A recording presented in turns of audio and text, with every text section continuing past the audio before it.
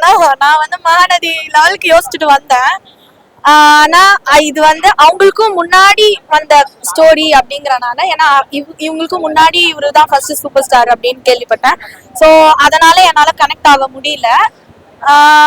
Acting wise எல்லாமே சூப்பரா இருந்துச்சு. அதுக்கப்புறம் சல்மான் கான் சாரி துல்கர் சல்மான் சாரா இருக்கட்டும், சமுத்திரகனி சாரா இருக்கட்டும்,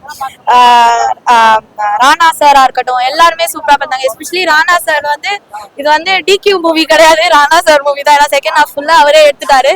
ஸோ நல்லா இருந்துச்சு.